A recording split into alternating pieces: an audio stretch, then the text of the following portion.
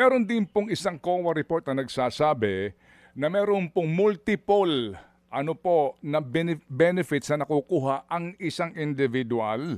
Halimbawa, nakakuha na po ng AIX, nakakuha na din po ng tupad, nagdodoble-doble.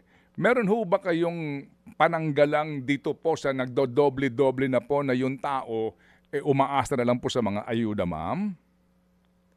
Okay.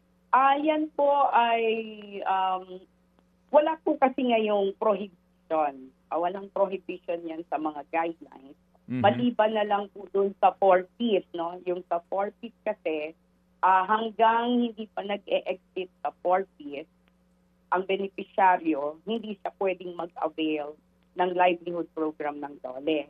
Pero, pwede po silang mag-avail ng tupad kung may pangangailangan. Meron kasi tayong convergence program with DSWD.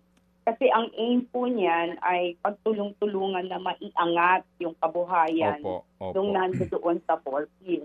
So hindi lang po DSW benefits or programs po yung kasama po ang DOLE, kasama rin po yung mga ibang ahensya. Hindi ko lang po nabanggit nga kasi yung although wala ng AKAP ngayon, kasama po doon sa COA nga yung ayuda sa kapos ang kita, no, na meron din pong duplication. Ang punto po kasi nga dito, mukha pong doon sa binabanggit po ninyo na convergence at ugnayan, na mukhang wala pa yata pong kayong data na computerized para masabi na ang isang tao nakatanggap na ng AKAP. Alam niyo ho yun? Wala pa ho kayong ganun, di po ba? Yung interconnectivity? Maganda po yung nabanggit ninyo. Isa nga ho yan sa initiative ngayon na magkaroon ho ng tinatawag na data sharing system.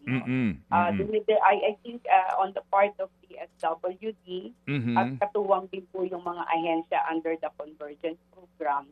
Totoo po yun, napakahirap po i-determine yan kung wala po tayong system. Mga kapatid, brothers and sisters, saan ka pa? Dito na tayo sa totoo.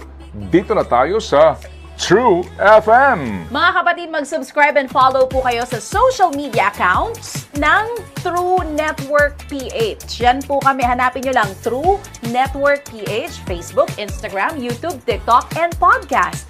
Mapa Apple or Spotify man yan, mahahanap nyo kami. Lahat ng mga napapanood at napapakinggan nyo po sa programa, nasa social media accounts namin yan. So, paano mga kapatid? See you sa social media!